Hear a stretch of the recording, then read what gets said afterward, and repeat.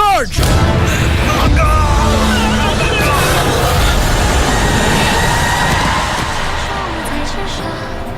He didn't. I guess that master didn't want you to worry. That's why he told you that there was a cure. I never heard once that it could be cured. Yuta, believe me, I won't let you die here.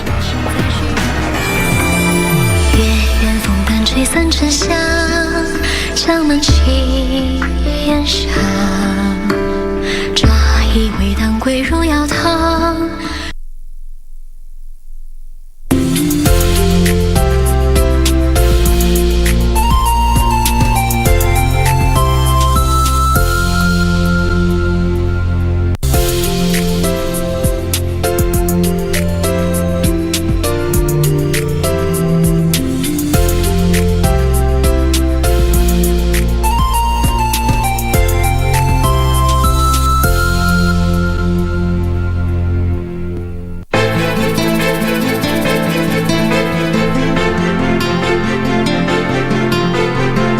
Suluhisho ni mwanamke atoke kwa nyumba. Chachelewa antipili, manake tiketi ankita mizizi.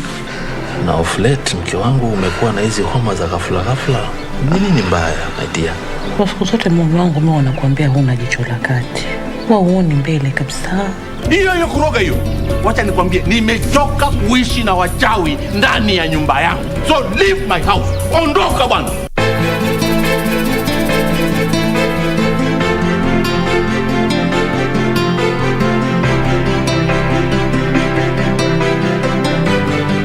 Quiero amarte de una forma diferente, de otro modo. Sweetheart, wake up, please. Run him over! Run him over!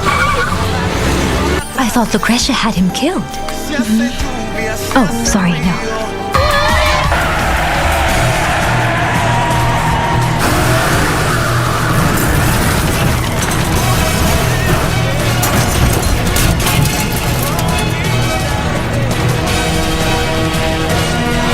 I have to get out of here.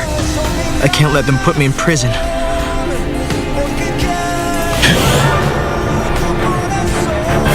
What happened? Quiero amarte de una forma diferente, de otro modo, nunca igual al de otra gente.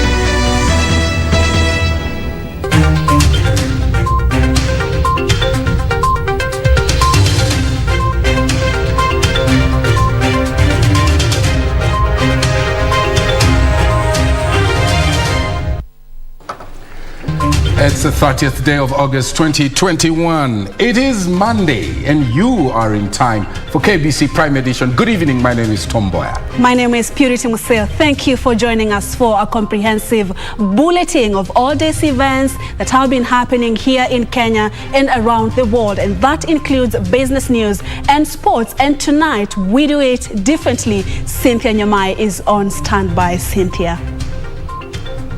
Thank you, Purity. Indeed, I just came back from the EAC just last week, and we do have an exclusive interview for you from the EAC Judge President. Now, did you know that private citizens can have their cases listened to in the court? That and much more details, including a twist about a Kenyan who has taken the Deputy President to the court in the EAC. That story coming up shortly. And you don't want to miss all that. But first things first, tonight's highlights.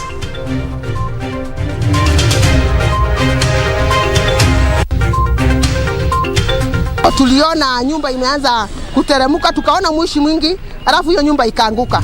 Trapped in the rubble, 5-story building under construction collapses in Gashia, Kiambu County, with a known number of people missing. About 100,000 people by the time we began the second dose have not received their second dose. And what we'll be doing is through the Chanjo system, we are going to be getting alerts on anybody who has defaulted, and we are going to work with community health workers to reach to those that are going to be defaulting. Second jab defaulters. Government launches campaign to trace thousands who have not gone for their second dose of COVID-19 vaccine. She is an exemplar of what we in the Commonwealth hold. Will it be Monica Juma? President Uhuru Kenyatta nominates the Defense Cabinet Secretary for the top Commonwealth position.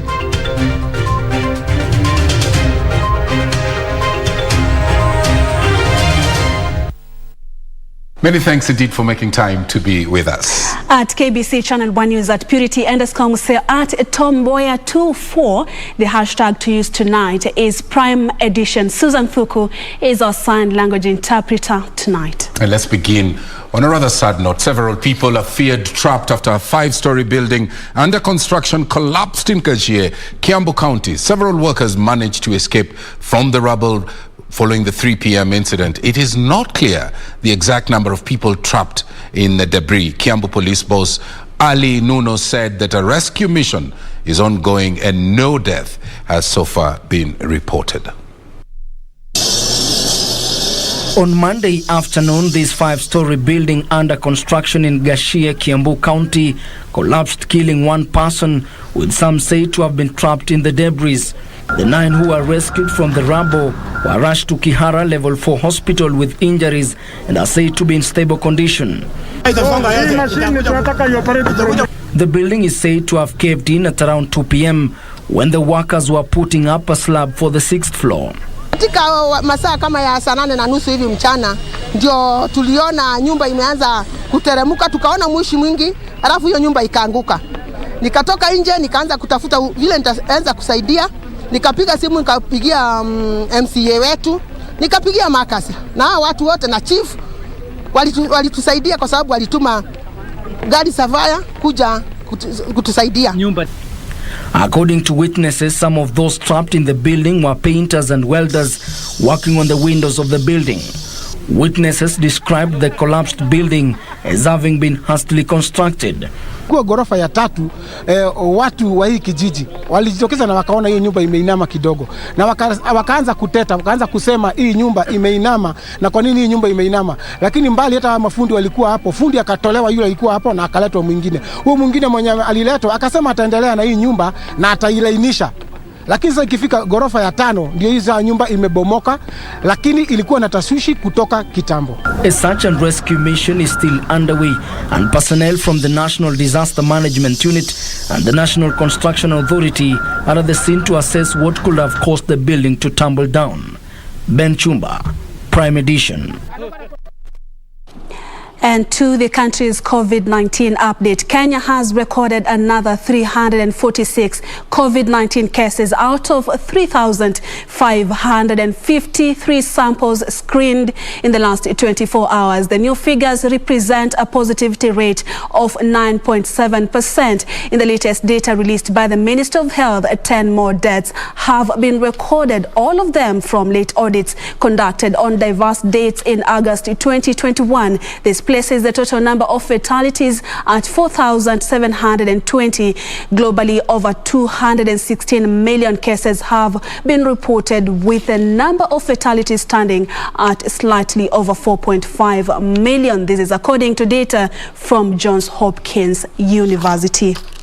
And still on COVID-19 in the country and vaccination drive, the government is now tracing some 100,000 Kenyans who are yet to receive the second dose of their vaccine. Through the Chanjo system, the Minister of Health has identified the defaulters who have continuously ignored calls to go for the second jab. Health experts are warning that failure to receive a complete dose poses serious health risks. Meanwhile, the Minister of Health has threatened to deregister all health facilities selling government-procured vaccines.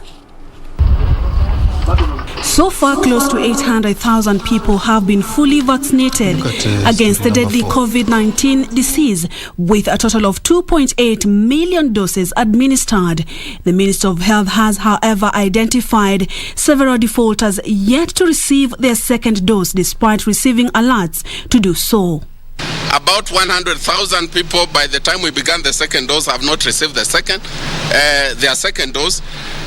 And what we'll be doing is, through the Chanjo system, we are going to be getting alerts on anybody who has defaulted, and we are going to work with community health workers to reach to those that are going to be defaulting. The Minister of Health has reported an increase in demand for inoculation against the novel coronavirus among Kenyans amid rising infection cases. Currently, our problem is not people who are refusing or don't want to take vaccines.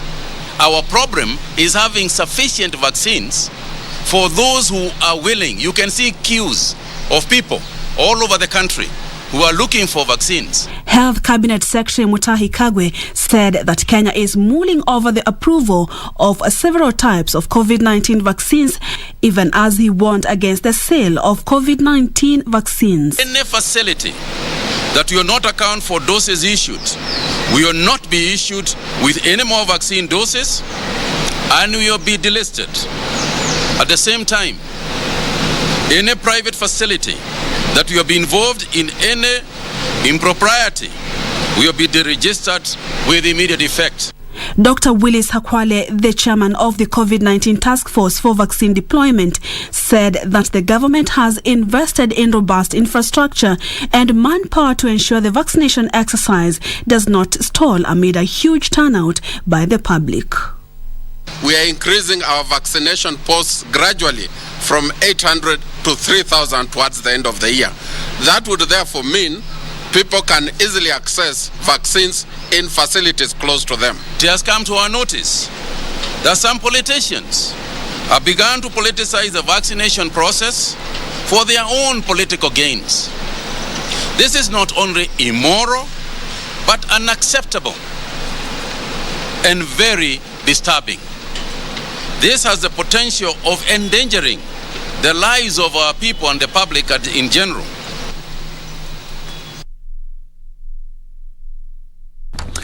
And that's the way it was on the health front. Let's shift gears now. Kenya has nominated Defense Cabinet Secretary Monica Juma to be the 7th Secretary General to the Commonwealth. Making the announcement, President Uhuru Kenyatta said Juma's exemplary service as one of Kenya's top diplomats establishes her as a diplomat par excellence. The nomination of Monica Juma signals the beginning of intense lobbying, which is expected to culminate into a vote next year. The Commonwealth is a political association of 54 member states, almost all of which are former territories of the British Empire. Ambassador Dr. Juma has an indisputable track record of strategic leadership, management, representation, and knowledge of government, regional, national, and multilateral relations. She is also well skilled in international development, security, and also humanitarian issues. And she is an exemplar of what we in the Commonwealth hold. I have no doubt that Ambassador Monica Juma will be a strong consensus candidate who will deliver an effective secretariat driven by member state priorities. She will help bolster unity amongst Commonwealth family and also enhance innovative partnerships that optimize the impact of our organization. We as Kenya seek the support and endorsement of her candidature from the Commonwealth fraternity. I thank you.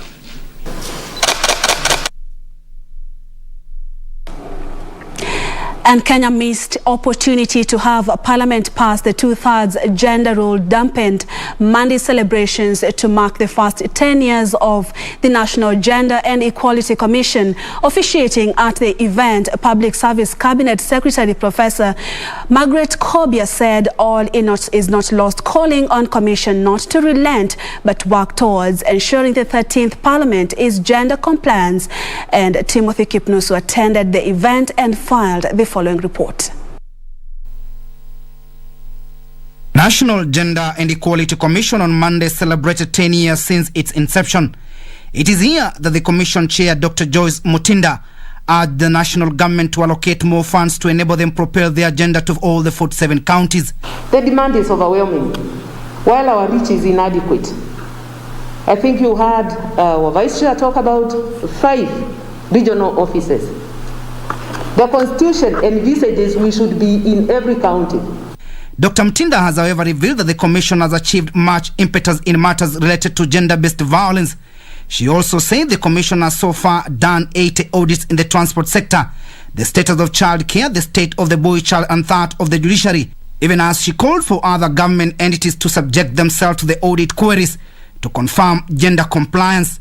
We also did guidelines on mainstreaming of issues of youth, PWD, women in annual public performance contract processes. Public Service Cabinet Secretary Professor Margaret Kobia, who was the chief guest, expressed frustration over Parliament's failure to pass the 2/3 gender rule. I think this is really what broke kind of new horizon on how we can work around equality, not just for gender equality, also equity. We can't keep on repeating the same thing that we have done before, but all we want to keep our eyes on the ball, that the next Parliament can be compliant. The CS, however, said her ministry has established and implemented policies to address any inequalities. Devolution CS Eugene Omalo, in the meantime, has called on the county governments to unmask what referred to entrenched marginalization in counties. This is critical because for a long time as a country, we have been blaming Session Paper number 10 of 1965 for entrenching marginalization. But with the devolution policy, we were able to bring about a paradigm shift that has seen the end of marginalization. The theme of this year's celebration is promoting gender equality and freedom from discrimination for special interest groups. Even as the National Gender and Equality Commission marks 10 years since its inception, the enormous and daunting task that awaits the Commission is to safeguard and protect the rights of the special interest groups like youth, women, minorities, marginalized, as well as people living with disabilities, in a move that will see their rights are being not curtailed in this country. Timothy Kipnusu for Prime Edition, Nairobi. Let's now move into education matters. And Education Cabinet Secretary Professor George Mboya has challenged those opposing implementation of the competency-based curricula to offer a better syllabus, saying that the current model has proved to be the best. Professor Mboya, who was in Baringo County for the groundbreaking ceremony of reconstruction of Salabini Primary School, says plans are at an advanced stage to establish junior secondary schools right across the country. Here's that report. Salabani Primary School in Baringo County was submerged following the swelling of Lake Baringo. Education Cabinet Secretary Professor George Mboya on Monday graced the groundbreaking ceremony for the reconstruction works. It is here that he told of critics of the competency-based curriculum. So I want to reassure the parents that you don't listen to the naysayers, because just as we are on this side of the divide, the poor also have very intelligent children, and they will be able to navigate CBC with what they have. Professor Mboya pledging to personally oversee the implementation by going to schools across the country, even as he planned to establish junior secondary schools. As I talk to you now, we are identifying schools which will domicile the junior secondary school at the end of grade 6. The Education Cabinet Secretary was accompanied by his Labour and Social Protection counterpart Simon Chelugui, who pledged government support for vulnerable children. In your ministry, we all focus on child protection. and rescuing that child and enabling that child, giving them opportunities, empowering them through education to create the future of this country. Baringo South Member of Parliament Charles Kamuren urged the government to reopen 7 schools which were submerged, affecting the 100% academic transition. Na hiyo mashule tulikuwa tumefunga mashule 9. Tumejaribu saa hii kufungua, imepaki hiyo ile umesikia ukiambiwa kwa sababu ya hii mambo ya insecurity. The reconstruction of Salabani Primary School is being undertaken by a local non-governmental organization, Child Fund Kenya, at a cost of 30 million shillings.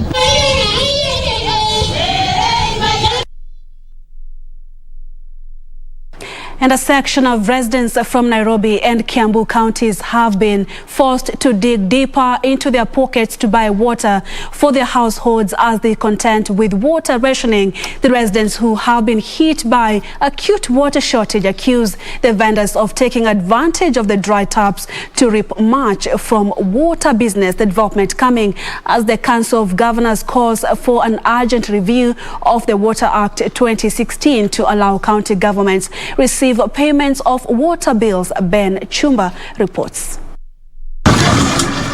In the recent days, majority of residents of Nairobi and its environs have been hit by the scarcity of water, a situation which is posing a great challenge to many dwellers. The commodity is very, very expensive for us.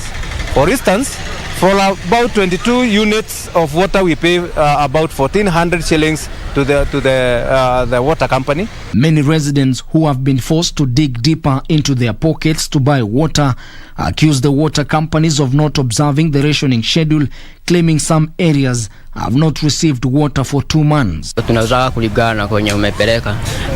Kama ni kwa gorofa unauzaga 30 bob. Kasi ni bali. Water boozers doing rounds across several estates in Nairobi and its environs as vendors make a killing from the dry taps. Our own landlords again hike the same price, more either double or something close to that, because we pay around 120 per unit used in a household. Even as the government calls on Kenyans to adhere to the laid down protocols on COVID-19, the situation is challenging for many residents who are calling on concerned authorities to intervene and remedy the situation. Being a devolved function, the function should be run by the county government. The only problem is that the national government continues holding the same function, yet it is constitutionally a devolved function. To be an exercise in futility, if we connect water and people cannot afford water. We know very well that even in Nairobi, people have been paying a lot on water. So I think it's a discussion that we need to hold. The water shortage brings to the fore unresolved water challenges facing Nairobi residents amid claims of water cartels controlling the supply of the precious commodity in the capital city. This even as Council of Governors calls for an urgent review of the Water Act 2016 to allow county governments receive payments of water bills. In a memorandum to the Ministry of Water and Sanitation, the Council of Governors argues that the functions assigned to various institutions established under the Water Act 2016 should be reviewed as they do not respect the functional and institutional integrity of the county governments in the regulation of water sector.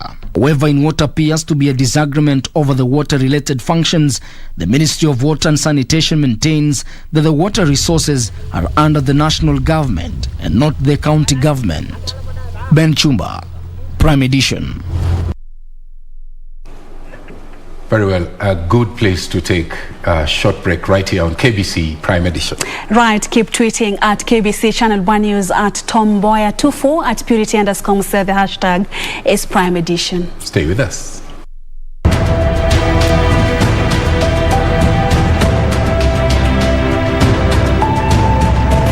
Ushindi mnaotetea ni kutokana na vita mlivyokwenda kupigana.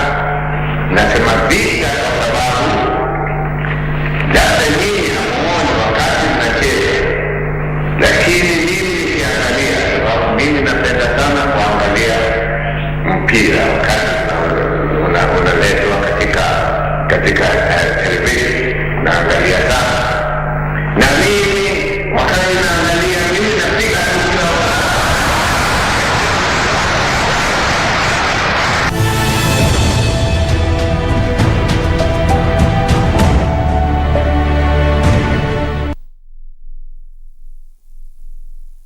To get Control Your Thinking as your skiza tune, dial *811*961#. Did you know that you have complete control over everything that surrounds you?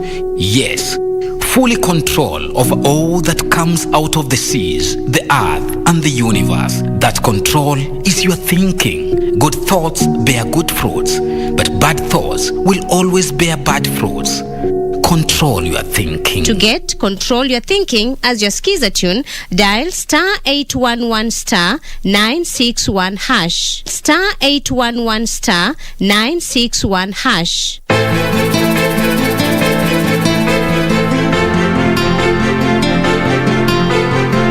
Solution ni mwanamke atoke kwa nyumba. Chachelewa antipili, manake tiketi ankita mizizi. Na of late mke wangu umekuwa na hizi homa za ghafla. Nini ni mbaya, my dear? Kwa siku zote mume wangu mimi wanakuambia huna jicho la kati. Huoni mbele kabisa. Hiyo kuroga hiyo. Wacha nikwambie, nimechoka kuishi na wachawi ndani ya nyumba yangu. So leave my house. Ondoka bwana.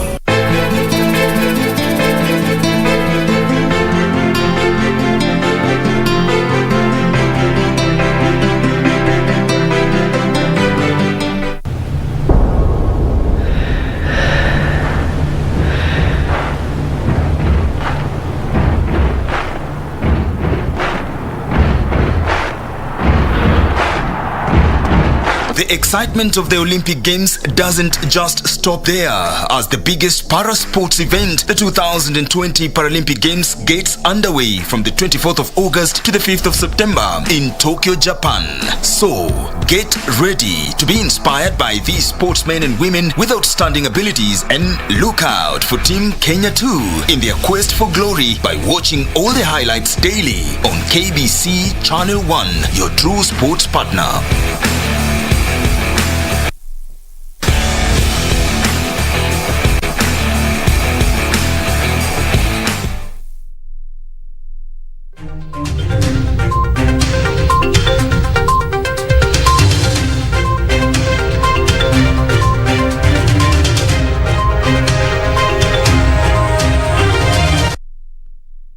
You're watching Prime Edition this Monday night. Thank you so much for staying with us.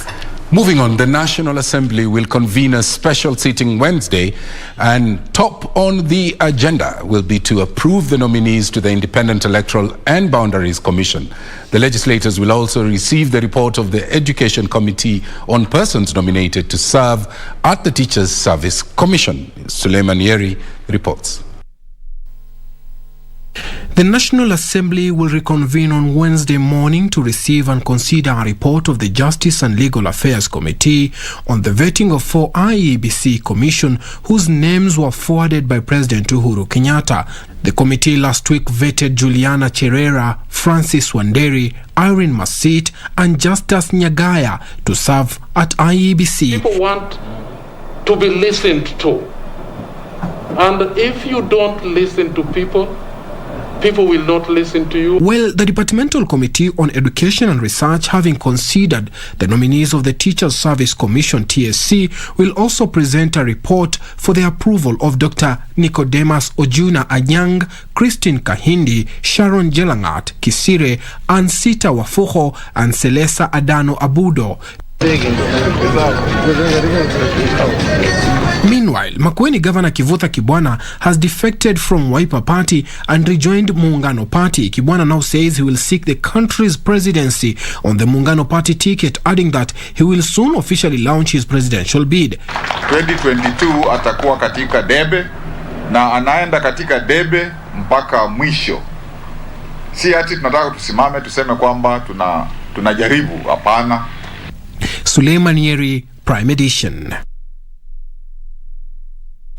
And a man has been arraigned in court and charged with attempting to extort 100,000 shillings from Senate Speaker Kenneth Lusaka. Victor Mayanja alias Joseph Kinothia appeared before Chief Magistrate Lawrence Mugambi, where he denied 3 corruption charges of impersonating an investigator from Ethics and Anti-Corruption Commission and attempting to extort by threats. The suspect has been remanded at Industrial Area Remand Prison until September the 6th.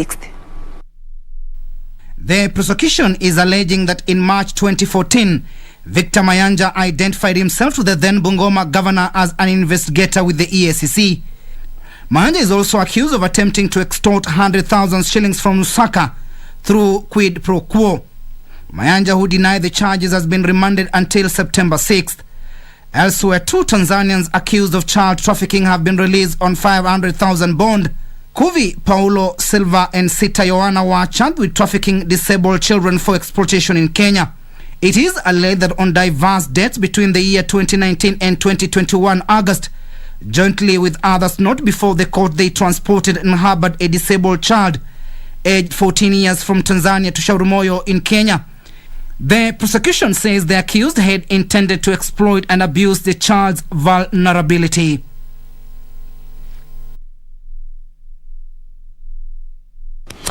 Well, a new police station manned by newly deployed officers has been opened up in Kianjokoma, that's in Embu County, weeks after the death of the 2 Kianjokoma brothers while in police custody. Elsewhere, the National Assembly Select Committee on National Constituency Development Fund has advised beneficiaries undertaking constructions to consider putting up story buildings in view of land limitations. Embu North Deputy County Commissioner Jeremiah Tumo assured residents of Kianjokoma that security agencies will continue to work with residents at all times. The sub-county leadership will also facilitate election of new community policy members to work with the Peace Reconciliation Committee on mending the relationship between residents of Kianjokoma and police officers. We agreed that we must bring a new crop of police officers who are responsive and proactive, and today we have seen the officers that we have brought before you. They are new and they will build good public relations with you, and they will also implement things in consultation with the leadership. Elsewhere, the National Assembly Select Committee on National Constituency Development Fund has advised beneficiaries to maximize use of land by constructing story buildings. Committee's chairman Wafula Wamunyinyi, who led legislators in inspecting projects in Nyaribari constituency, Kisii County, announced disbursement of 20 million shillings for construction of Ibeno Mission Primary School. We have asked the board, the CDF board, to support Mheshimiwa Tongi to provide funding so that they build a primary school that's going to match, with the KMTC around. Wasiweke tu ile primary school ya kienyeji tu ile ya chini chini, ikiwezekana where's the CEO? Musaidie Mheshimiwa provide the funding to build a modern tuition block for the primary school, ikiwezekana gorofa. In Migori County, a 2-month row between the Migori County Assembly and the Office of the Governor has culminated into a workers' strike. These after Governor Okoth Obado allegedly declined to append a signature on the county's budget estimates, forcing members of the county assembly to review the document. Tuliwaandikia wana county barua ya kwamba kama kuna shida na mshahara ikiwa inachelewa watujulishe. Hawakushughulika, hawakutujibu. Tukawapatia na warning letter ya kuwaambia ya kwamba salary tusipopata tutaparade. Hawakutujibu. So tuliwapatia 7 days tena, baada ya barua zimeisha hawajatujibu. Leo pia tumekuja hapo, mkiangalia milango za county zile zilikuwa zimefunguliwa, walipoona tunaingia wakafunga milango wakakimbia. So it's like tunajiongelesha tuna mtu wa kutujibu. And West Pokot Governor Professor John Lonyangapuo has faulted security organs over insecurity along the border of West Pokot and Elgeyo Marakwet counties. Professor Lonyangapuo says Saturday's attack where 3 people aboard a motorcycle were gunned down at Chesegon area has caused tension in the area. We condemn this behavior, and we will not entertain it whatsoever at all. So we want to hear that our people are going to have calm and peace. And I'm addressing the people of West Pokot who are listening to me now. Please don't take law into your hands. Kindly, I request, and I ask you as your leader, let the county commissioner who is here and his team pick our grievances and give us in the shortest time possible after he has talked to his bosses what's going to be done next. And it is a sigh of relief for 214 students whose parents are fisherfolk along Lake Victoria in Bunyala and Samia sub-counties in Busia County after the Busia County Beach Management Unit Network offered them scholarships worth 3 million shillings. Kumekuwa na changamoto katika jamii ya wavuvi. Changamoto ya kwanza imekuwa upande wa masomo. Ndivyo sisi kama wasimamizi wa hizi beaches katika Busia County tuliona kwamba ni bora, ni vyema tuanzishe mambo ya Busia County BMU Network Scholarship Program. Finally, a 63-year-old granny from Esharirie, Mbaruk in Gilgil sub-county, Nakuru, is a happy woman after her 2 neighbors who live in the United States gifted her with a new house. For 9 years, Lucy, Mary, Mudhoni and her son have lived in Squela, but things appear to have finally changed for the better. Ninafurahia Mungu kwa wenye wamenionea huruma wakanijengea. Vile nilikuwa na shida, nyumba yangu ilikuwa inaanguka, lakini Mungu akatuma watu wake wakakuja wakanijengea. Now, the East African Court of Justice hears cases on violations of the rule of law, one of the fundamental and operational principles set out in the East African Community Treaty established in 1999 and located in Arusha, Tanzania. The court hears cases from Burundi, Kenya, Rwanda, Uganda and Tanzania. But did you know the court also adjudicates matters of private citizens from the ESC? Cynthia Nyamai spoke to the ESCJ President Justice Nestor Kayobera, and here is that exclusive interview. Thank you, Judge President, for joining us today. What is the main role of the East African Court of Justice? Thank you very much for the question. Article 23, Sub-Article 1 of the treaty provides that the court should be the judicial body of the community, which is in charge of interpretation, application, but also observance of the treaty. So, which means that the role of the court is to interpret the treaty, to make sure that whatever challenge or difficulty surrounding the interpretation of the treaty, it is a demand of this court to interpret it. So you have mentioned various organs and also countries. Is it also open for private businesses and individuals? Can they bring their disputes here? Of course, you remember, for example, the famous Anyango Nyong'o. Yes. Yes, Anyango Nyong'o, that was almost the second case from Kenya. Yes. After the Karis Matera case from URT. So the people are coming. And it is provided for under Article 30, Article 1 of the treaty. Yes. That any person who is a resident of the community, of the partner states, may bring any matter to the court if it thinks there is a violation of the treaty. Not only of the treaty, even if you violate the Kenya Constitution, or you violate the immigration law of Kenya, you may even come here, because if you violate the law of the partner states, you automatically violate the provision of the treaty. So people, individuals are coming, the nation, the citizens are coming, but also these organizations, they are also coming. So it is provided for under the treaty. They are also coming for arbitration or for mediation, because it is also provided for under Article 32 of the treaty. So people are coming, and they have been coming. So you've just mentioned the Anyang' Nyong'o's case, but there is a case also presently here at the courts from Kenya that involves a matter of dispute between the deputy president of Kenya, who wanted to travel and go to Uganda, and other matters arose then. Can you give us details on that case? There is a case which has been filed very recently. I think 2 weeks ago. There's a case which has been filed here in the First Instance Division recently, surrounding that matter, that trip of the Deputy President of Kenya to Uganda. But because it is still on at early age, so I cannot talk too much. But there is a case. There is a case around that one. Yes, there's a case. Yes. Yeah. Yes, I notice you don't want to say much about it because the matter is in court. But who is suing who exactly in this case? Yes, you know that one. That one, I know it is not a partner says who sues another partner says. Yes. It is the people. Yes. It is the citizen who are aggrieved of what happened. Yes. Between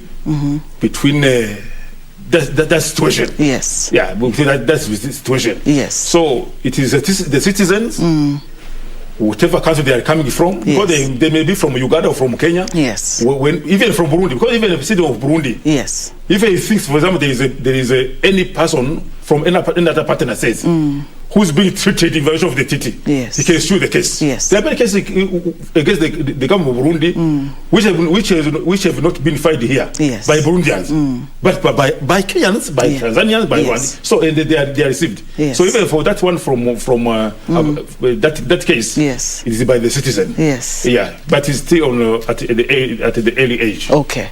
What are the major challenges? The major challenges are three. There are three. Yes. Of course, in life there are always challenges. But for us, we have three challenges. The first one is the budgetary. Yes, the budgetary. Now the court is celebrating its 20th anniversary. Yes. In November. So now the court has increased in a number of the staff. Yes. Even the judges. Yes. Now we have two divisions. We have 5 judges in the first instance. We have 6. We have 6 judges in the first instance. We have 5. So we have increased the number of people, of personnel. But the budget, it has been decreasing. Yes. It is strange. Yes. But also the matters have increased. So we have almost 300 cases in the court. But the budget has been decreasing. Yes. The second one also for the payment of the judges. Now also the matter is also advancing. Yes. But also for the independence. There is a bill which has been developed actually to give the court the administration and the financial judicial autonomy. Yes. So there are 3 challenges, but also they are on the way also of being solved. To me, it is also good. In November, there's going to be a 20-year celebration of the courts. What are the major achievements that will be celebrated? Of course, you know 20 years and 20 years of existence. Yes. They are enough years. Yeah. So, but the very key, I may cite almost some 5 or 6 or 7. Yeah. First of all is the Anyang case, which I said. Yeah. That was a very big achievement for the court. During the Anyang case, it was only the first instance division. There was no appeal. Yes. There was no appellate. And also that is not having the appellate division. Yes. It is a violation of the principle of natural justice. Yes. The right of appeal. That's the principle of natural justice.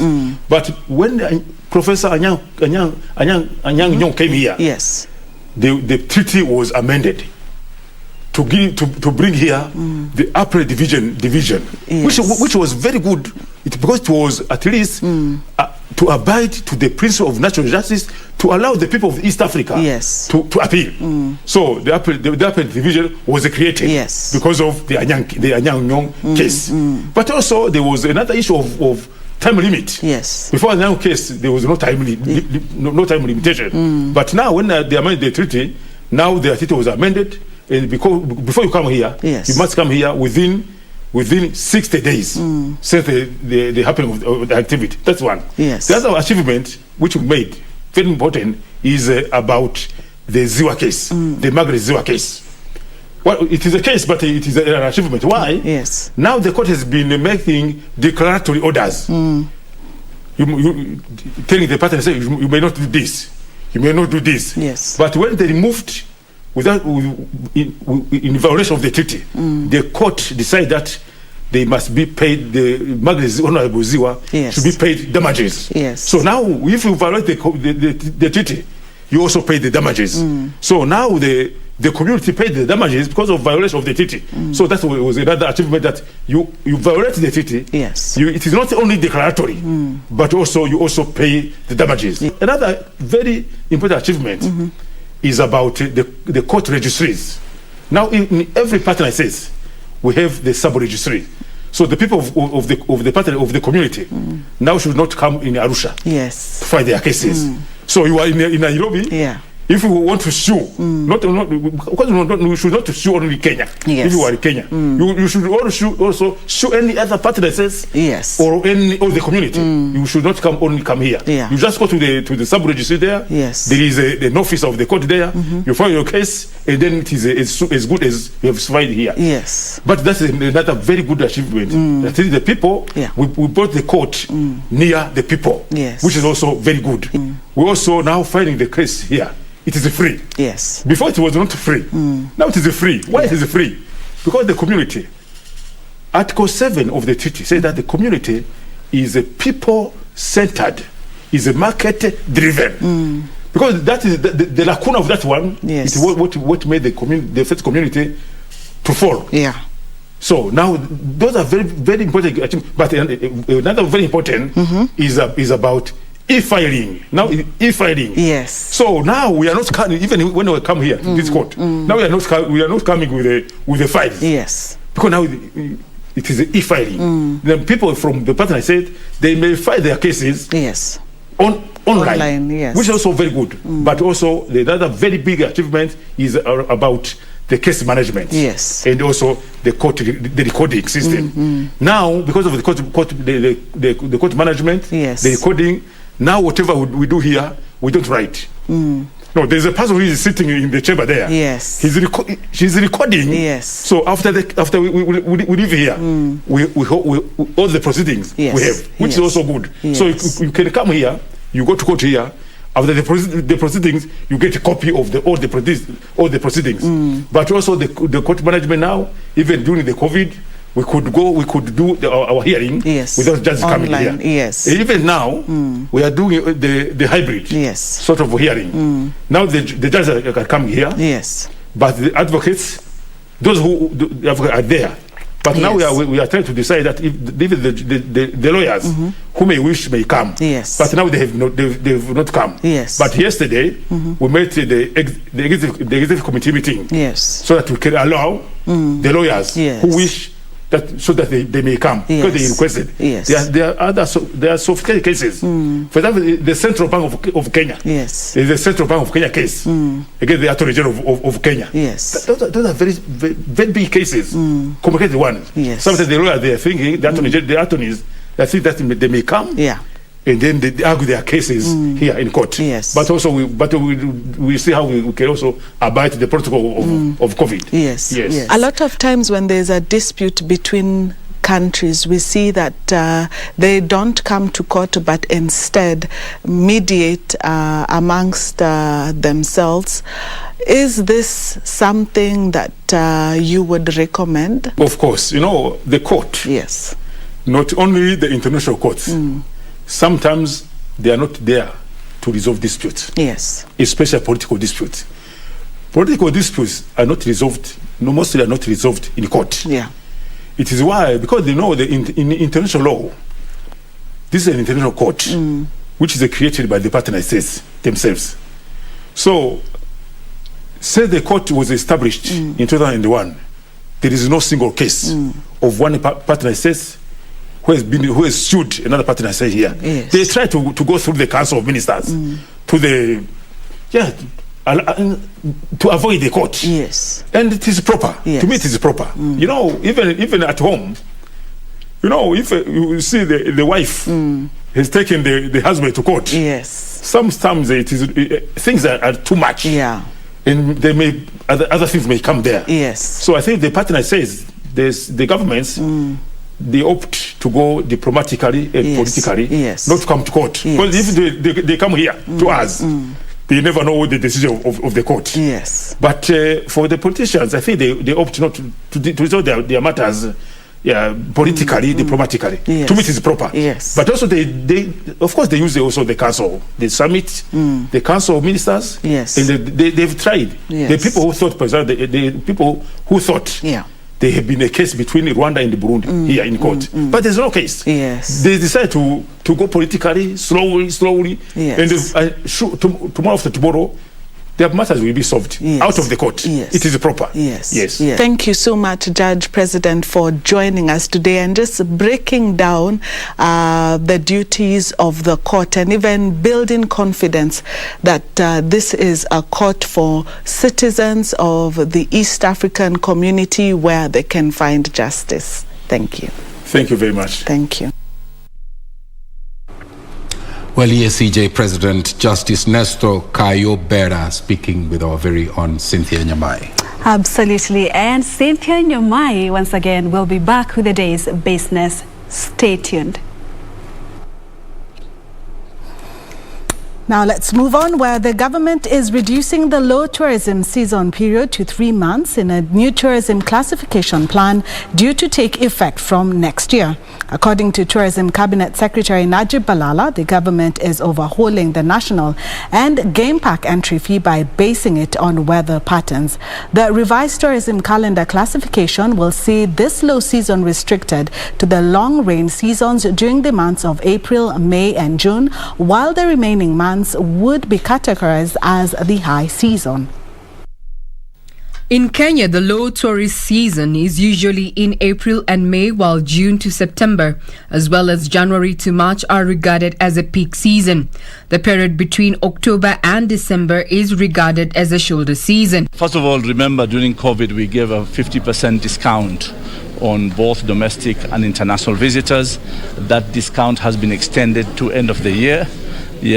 And then we will revert into a new model. A new model of pricing of KWS parks will be now seasonal. The government is now revising this tourism calendar by restricting the low season to April, June and July, with the rest of the months now classified as tourism high season. High season ourselves is on the rainy season.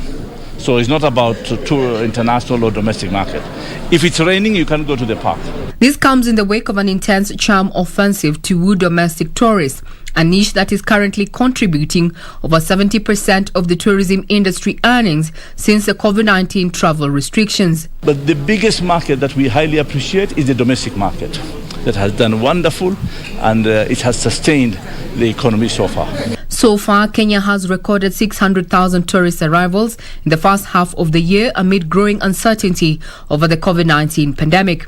Balala also said his ministry has received 4 million shillings under the Tembo naming initiative that allows individuals and corporate entities to have an elephant named after them after contributing to the Wildlife Conservation Kitty. The money is going to go into the Conservation Trust Fund. This is a new fund we have created. It's going to be having its own board and chair independently, as well as regulations of how it's going to be managed. Because like this fundraising is done specifically for elephants, it will be ring-fenced only for elephants. The government has identified the domestic market as a niche market to keep the tourism industry afloat. As such, the extension of the 50% discount in park fees. So, it's your time to travel and sample why Kenya is an ideal tourist destination. I'm Regina Manyara reporting for the Prime Edition. Thank you, Regina, for that report. Now, the Kenya Roads Board is set to disburse 55 billion shillings for maintenance of the country's road network over the next 10 months. The Kenya National Highways Authority will receive the biggest chunk of the funds for rehabilitation of 48,000 kilometers of road. The allocation is way below the 150 billion shillings that the roads agency says it requires annually for maintenance of the road network in the country. The Kenya Roads Board plans to disburse 55 billion shillings to rehabilitate 48,418 kilometers of roads, which is about 30% of the entire road network in the country. The board says the cash should be disbursed to 4 state agencies, including the Kenya Wildlife Service, to maintain roads in parks and game reserves. Kenya National Highway Authority will receive 26.6 billion shillings and the Kenya Rural Roads Authority getting 14.6 billion shillings for Class C roads. Kenya Urban Roads Authority and the Kenya Wildlife Service have been allocated 6.7 billion shillings and 651 million shillings respectively. The annual public roads program has been prepared based on printed estimates for collections of the Kenya Roads Board Fund amounting to 69 billion shillings, including the Roads Annuity Fund.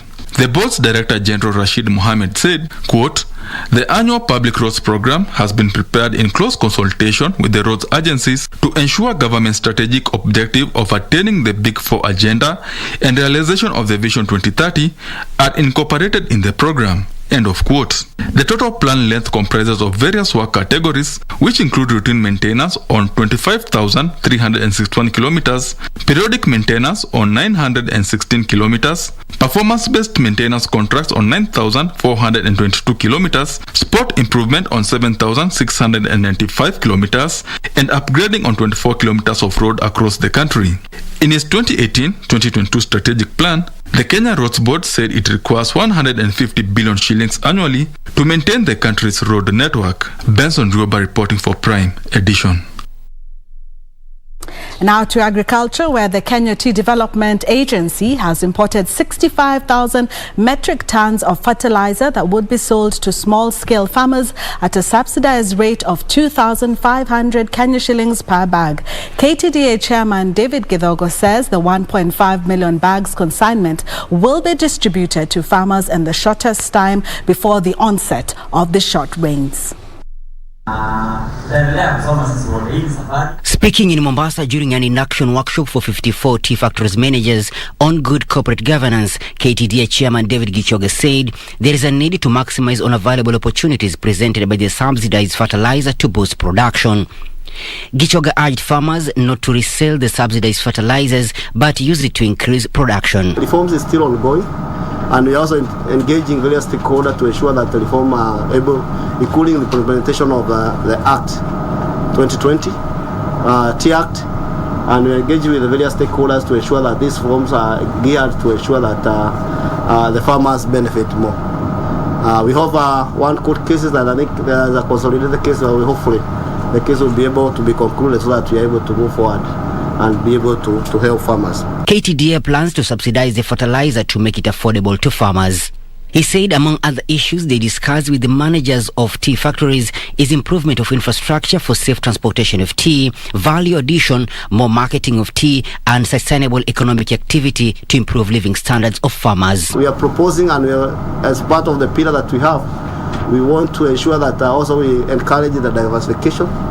And due to our competitive advantage, we're able to encourage farmers to participate in other economic activities, including avocados, tree fruit farmings, cow keeping, all form of livestock, to ensure that they're able to get more stream of income to be able to move forward. So we are urging and requesting for patience as we continue.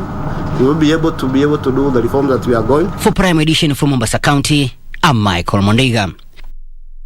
Well, that's it from the business desk. Up next, sports with Karen. Yes, it's now time for us to take a look at what's making headlines in the world of sports. My name is Karen Kibet.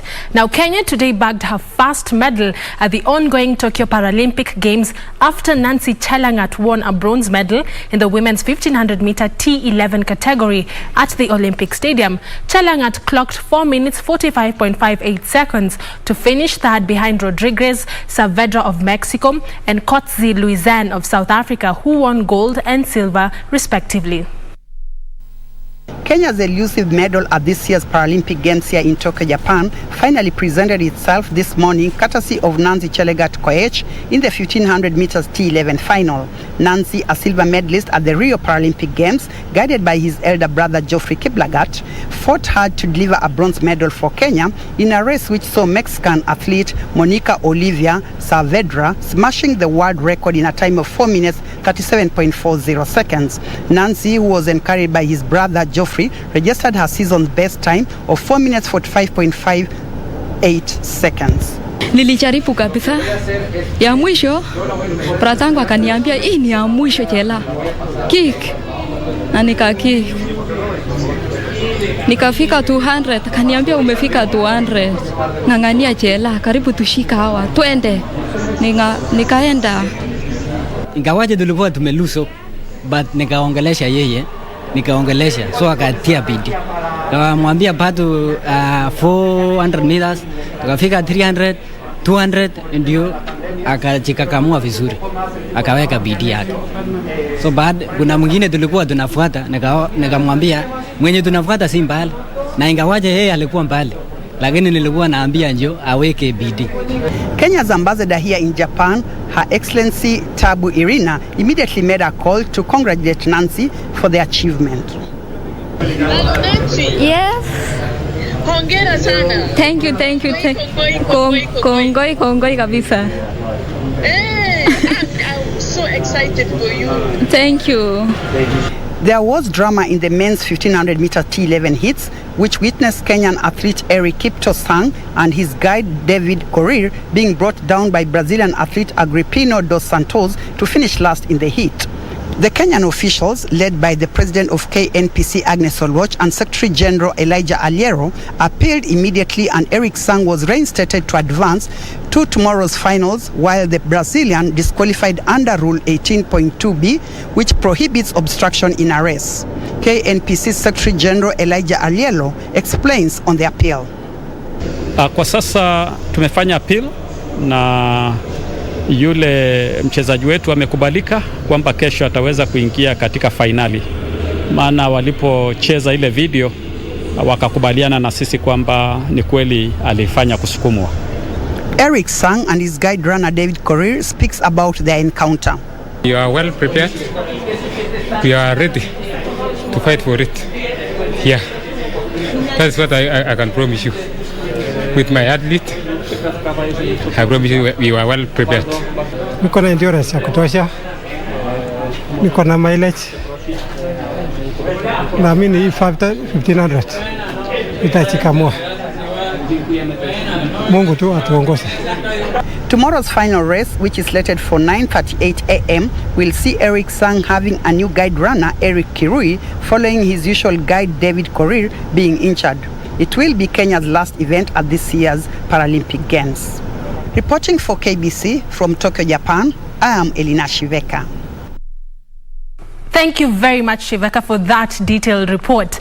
Moving on, reigning 1500-meter Olympic champion Faith Kipyegon and 3000-meter steeplechase champion Sofiane El Bakkali from Morocco are among the top athletes who have confirmed their participation in the second edition of the Kipkeino Classic Continental Tour, slated for 18th of next month at the Moi International Sports Center, Kasarani. Close to 60 athletes have so far confirmed their participation in the global showpiece.